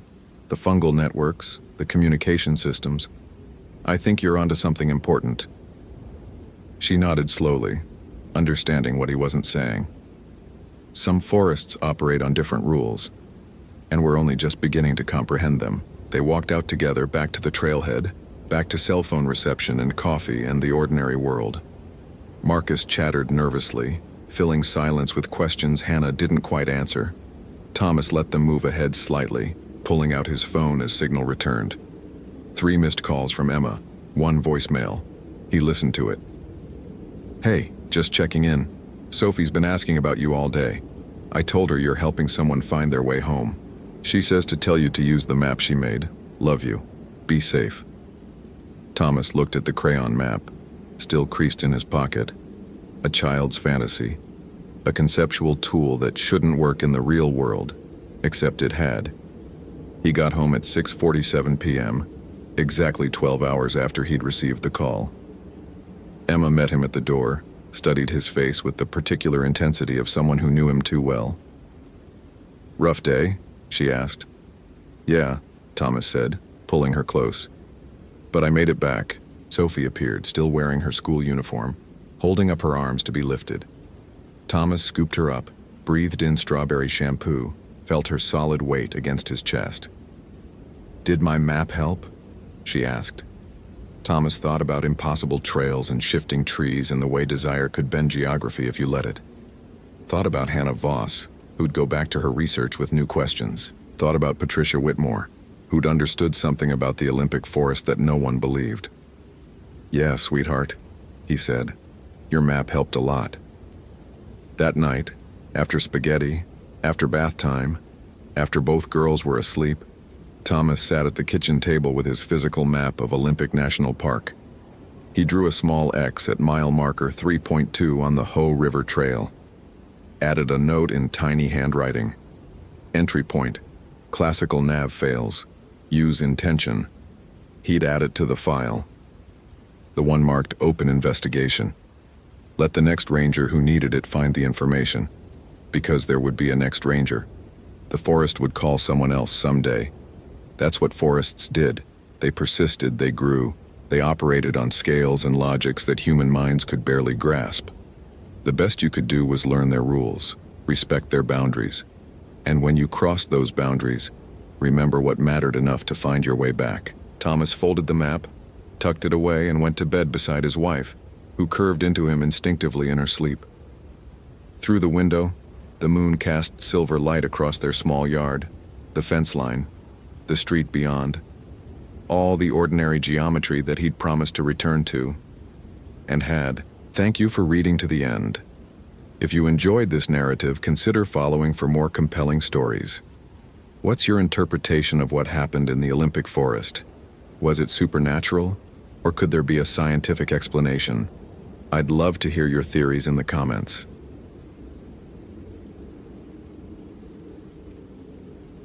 The oatmeal had gone cold in the bowl. Ethan Ward stared at his daughter across the kitchen table, watching her trace patterns in the maple syrup with her fork. 7 years old, gap-toothed, wearing the purple sweater his late wife had knitted 2 winters before the accident. Sunday mornings were sacred. Pancakes, cartoons, nowhere to be until his Monday shift started at noon. The radio clipped to his belt shattered that piece at 6:47 a.m. Ranger Ward, we have a code yellow. Female hiker, 26, overdue from Deep Creek Trail. Last check-in was yesterday, 4:15 p.m. Family's frantic. Ethan's hand found the radio, muscle memory overriding the disappointment already forming in his daughter's eyes. Copy that. ETA to Ranger Station, 20 minutes. Daddy has to go to work, sweetheart. Lily's fork stopped moving. You promised. I know. He crouched beside her chair, eye level. But someone's mom or daughter is lost out there. Wouldn't you want someone to look for me? She nodded, unconvinced but understanding. Mrs. Chen from next door arrived within 15 minutes. A grandmother who treated Lily like her own. Ethan kissed his daughter's forehead, tasting syrup and guilt. By 7:20 a.m. he was suited up. Motorola HT-1250 radio, Garmin GPS unit, first aid kit, emergency beacon, headlamp, water filtration system. His truck climbed Highway 101 through fog so thick it erased the world beyond 10 feet. The Olympic Mountains loomed invisible to his right, ancient and indifferent. Ranger Station, 8:03 a.m. Emma Chen, 26, graphic designer from Seattle. District Ranger Patricia Holbrook slid a printout across the desk. Solo hiker, experienced, supposedly. Planned a sunset trek on Deep Creek Trail, camp at ancient Cedar Grove, return yesterday evening. Never came back. Ethan studied the photo. Asian woman, athletic build, confident smile. The kind of hiker who'd done Kilimanjaro and posted about it. Ancient Cedar Grove? Something tightened in Ethan's chest. That's Quinault territory, ceremonial grounds. Aware, Patricia said. Local tribal council was notified. They're not thrilled about the intrusion, but they understand. What's the weather window? Rain starts at 3 p.m. heavy. Temperature drops to 38 degrees tonight. If she's injured and immobile. Patricia didn't finish the sentence. They both knew hypothermia's timeline. Ethan checked his watch. I'll take the primary trail. Have Mason cover the southern access in case she wandered off route. Ethan. Patricia's voice softened. Lily's with Mrs. Chen? Where else would she be? Just be smart out there. That grove has a reputation for a reason. Deep Creek Trailhead, 8:47 a.m. The forest swallowed sound. Ethan had worked Olympic National Park for 9 years, knew every trail system, every seasonal stream, every widowmaker tree waiting to fall. But ancient Cedar Grove always felt different, a silence that pressed against eardrums, air that tasted older than it should. The trail began normally enough. Western hemlock and Sitka spruce formed a cathedral ceiling 200 feet overhead. Sword ferns carpeted the understory in prehistoric green. His boots found purchase on the muddy path, each step recorded by the GPS unit on his hip. Mile marker 1, Emma's car keys, lying face up on a moss-covered log. Ethan bagged them, marked the coordinates. Keys don't fall from pockets that way. Placed, not dropped. He keyed his radio. Holbrook found Chen's keys at mile 1. Deliberate placement looks like a trail marker. Static crackled. Copy. She's trying to leave breadcrumbs. Good sign. Except it wasn't. Experienced hikers didn't leave keys in the forest. They tied them to bootlaces or zipped them in cargo pockets. Emma knew better. Mile marker 2. A granola bar wrapper, torn open and empty, weighted down with a river stone. Mile marker 3. Her water bottle half full balanced upright on a stump. Each object perfectly positioned. Each one screaming, "I was here, follow me." The silence deepened. Ethan realized the birds had stopped singing. No stellar jays, no chestnut-backed chickadees, no ravens. In 9 years, he'd never experienced Olympic's complete absence of wildlife sound. Even in winter, something always called. His radio hissed white noise. Holbrook, radio check. Nothing. Mason, you copy? Dead air. The GPS unit showed 3 bars of satellite signal. No reason for radio failure. Ethan switched channels, tried again. The static resolved into something that might have been voices, might have been wind through Douglas fir, might have been his imagination insisting there were words in the noise. He kept walking. The trail bent west, following Deep Creek's gorge. Elevation, 1,847 feet. Temperature, 52 degrees and dropping. His breath began to fog. At mile marker 5, the forest changed. The trees grew larger, spaced farther apart. Bark texture shifted from rough to smooth to something that looked almost polished. Ethan recognized western red cedar, old growth, the kind that predated European contact. Trunks 6 feet in diameter, reaching skyward like the columns of temples built by something that understood scale better than humans. Between the trees, symbols, carved into bark at chest height, weathered but deliberate, circular patterns, concentric rings, abstract shapes that might have been faces or might have been topographic maps or might have been warnings written in a language that never used words. Ethan had seen these before, years ago, during cultural sensitivity training with the Kino Nation. Boundary markers, the elder had explained, where our world touches theirs. Respect is measured by what you take and what you leave behind. Emma's hiking boot sat centered between 2 marked cedars, laces tied together. Ethan photographed it, logged coordinates, and felt his throat constrict. 1 boot, not 2. Not discarded in panic, but removed carefully, laces knotted, another breadcrumb. Or an offering. Emma. His voice fell flat, absorbed by moss and bark and fog. Emma Chen, search and rescue. The forest gave nothing back. He continued forward, GPS showing 0.3 miles to ancient cedar grove. The trail narrowed, hemmed by vegetation that seemed to lean inward, closing the path behind him. Salal bushes grew denser. Devil's Club extended thorned stems across the trail. Ethan had to duck and weave, gaining scratches across his jacket. Then, music. Faint, distant, coming from ahead. A melody without structure, like wind chimes in a breeze that shouldn't exist under this canopy. Ethan froze, listening. Not mechanical, not electronic, something organic, rhythmic, rising and falling with a cadence that made his pulse synchronize against his will. The temperature dropped another 5 degrees in 30 seconds. His GPS unit flickered. The screen pixelated, showing his location, then showing him 2 miles east, then showing him somehow north of his actual position, then displaying coordinates that placed him in the middle of the Pacific Ocean. He slapped it twice. The screen went black. Shit. No radio. No GPS. Paper map and compass. Old school survival. Ethan pulled both from his pack, oriented himself. True north, magnetic declination accounted for, trail heading should be 267 degrees. The compass needle spun like a broken clock, refusing to settle. He pocketed it, useless. Dead reckoning now. Follow the trail, trust the terrain, get to the grove, find Emma, get out before dark. Simple, professional, survivable. Except the trail forked. It shouldn't fork. Deep Creek Trail was a straight shot to ancient cedar grove. Ethan had hiked it 20 times, but there it was. 2 paths diverging, identical in width and wear, both disappearing into fog. Left path, Emma's fleece jacket draped over a branch. Right path, nothing visible. Ethan picked up the jacket. Still damp with sweat, still warm. She'd worn this within the last hour. He turned it inside out, checking pockets. Empty except for a folded piece of paper. A map.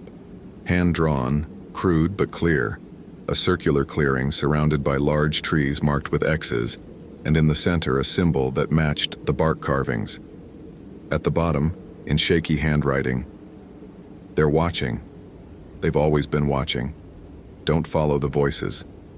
If this story is pulling you in, follow for more quality content." What would you do in Ethan's situation? Trust the jacket's trail marker or heed the written warning?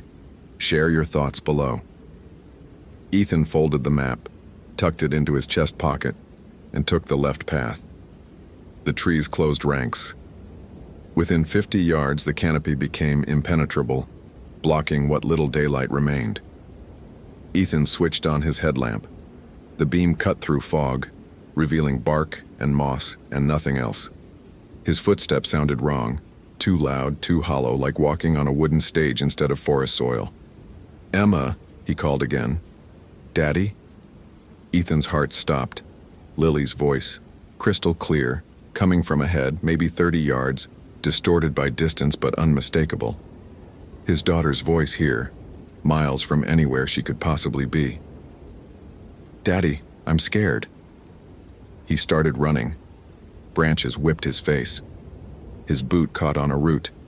He stumbled, caught himself, kept moving. The voice led him forward, always just out of reach. Always his daughter's exact inflection, the way she sounded when nightmares woke her at 2 a.m. "Daddy, please." "I'm coming, Lily. Stay where you are." The path opened into a clearing. Ancient cedar grove. 7 cedars formed a perfect circle, each trunk massive enough that 5 men linking hands couldn't encircle it. Their bases were platforms of roots 6 feet high, gnarled and interwoven like arthritic fingers clutching earth. The ground between them was bare soil, no undergrowth, no ferns, no moss. Just dark earth packed smooth by centuries of feet that came here for reasons Ethan couldn't begin to understand. In the center, Emma Chen. She sat cross-legged, back straight, hands resting palms up on her knees. Her eyes were open but unseeing, pupils dilated to black saucers. Her lips moved silently, forming words in a language that sounded like creek water over stones. "Emma," Ethan approached slowly, hands visible, non-threatening. "I'm Ranger Ethan Ward. Your family sent me. I'm here to take you home." She didn't respond, didn't blink, didn't acknowledge his existence. He knelt beside her, checking vitals. Pulse, present but slow, 40 beats per minute. Skin, cold but not hypothermic. Breathing, shallow but regular. Her eyes tracked something invisible, following movement in the air that Ethan couldn't see. "Emma, can you hear me?" Her lips stopped moving. Her head turned mechanically until her gaze fixed on him. When she spoke, her voice layered 3 ways. Her own, underneath something older, underneath something that might have been wind or might have been words spoken by the cedars themselves. "He's testing you." "Who's testing me?" "The Keeper. He protects what was taken. He guards what was lost. You brought love into his circle." Her eyes focused, suddenly lucid. "You shouldn't have come." The temperature plummeted. Ethan's breath crystallized in the air, each exhalation a cloud of white. Frost spread across the bare soil, intricate patterns forming and dissolving and forming again. The 7 cedars groaned, not wind sound, but the complaint of wood under pressure, bending when they shouldn't bend. The bark carvings began to glow, soft bioluminescence, green-white like foxfire, pulsing in rhythm with Ethan's heartbeat. The concentric circles rotated slowly, counterclockwise, hypnotic. He forced himself to look away. "Emma, we need to move, now." "He won't let me leave." Her voice was her own again, terrified and resigned. "I ignored the warnings. I took pictures of the carvings, I touched the trees. I thought it was just superstition. What does he want? Balance. She gestured at the clearing. Every person who enters takes something. Wonder, memory, understanding. He collects what we steal. But you? Her hand reached out, touching Ethan's jacket where Lily's elementary school picture was safety pinned inside. You brought something he wants more. The forest exploded with sound, not bird calls, not animal cries. Voices, human voices, dozens of them, overlapping and discordant, speaking English and Quinault and languages dead for millennia. They came from everywhere and nowhere, reverberating through the cedars, through the soil, through Ethan's bones. Father, protector, guardian, you understand our purpose. The voices coalesced into one, deep and multifaceted, spoken by the grove itself. She ignored the boundaries. She took without permission. She is forfeit. But you carry what we lost. Love that guards. Love that protects. Love that sacrifices.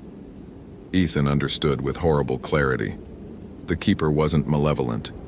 It was doing what Ethan did every day, protecting territory, enforcing boundaries, ensuring balance. Emma had violated sacred space, and the price was predetermined, inevitable. But the keeper recognized something in Ethan, something that mirrored its own nature. A choice. Leave the trespasser, take her place, or offer what you guard most. The air shimmered between two cedars, and Ethan saw, impossibly, undeniably, his living room. Lily sat on the couch, Mrs. Chen beside her, watching cartoons. Safe, warm, unaware, but the image pulsed wrong, edges fraying like the keeper was showing him a door that opened both ways. No. Ethan's voice was steady. That's not how this works. Then she remains. No, he repeated. Because you're not a monster. You're a guardian. I understand guardians. He stood, facing the circle of cedars. She made a mistake. She didn't understand the rules. But taking her doesn't restore balance. It destroys a family. Same as taking my daughter would destroy mine. You protect what's sacred. So do I. The voices went silent. Ethan continued. I'll make you a deal. I'll leave an offering. Something that matters. Something that costs me. I'll document this place in our system as protected ceremonial grounds. Prevent future intrusions. I'll guard your boundary. But she comes with me. The frost stopped spreading. The bioluminescence dimmed, pulsing slower. What offering? Ethan reached into his jacket, pulled out the photograph safety pinned there. His wife holding newborn Lily in the hospital, smiling with exhaustion and joy. The only copy, irreplaceable. Memory, he said. The thing I guard most after my daughter. Proof that love doesn't end when someone leaves. You collect what people take. I'm giving you what I'd never willingly give anyone. He placed the photograph at the center of the clearing, pressed it into dark soil. The grove held its breath. Then slowly, the temperature rose. The voices faded to whispers, then to wind, then to nothing. The bioluminescence died. Emma gasped, color returning to her face, awareness flooding her eyes. What? Where? Don't talk. Can you walk? She nodded, trembling. Ethan helped her stand, supporting her weight. They moved toward the trail, away from the circle. At the boundary, he looked back. The photograph was gone.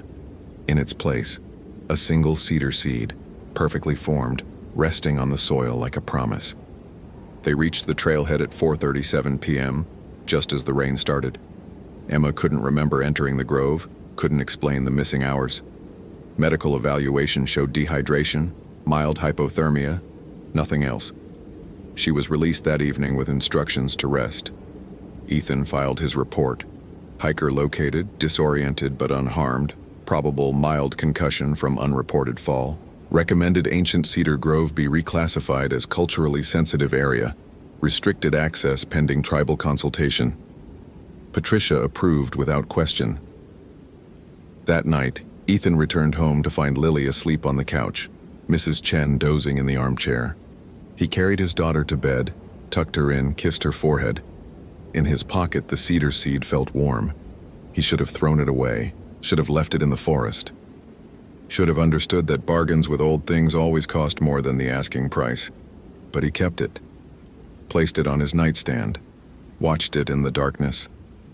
And when sleep finally came, he dreamed of cedars growing through floorboards, roots spreading beneath his house, bark carvings glowing in his daughter's room, and a voice older than names whispering, "Guardians recognize guardians.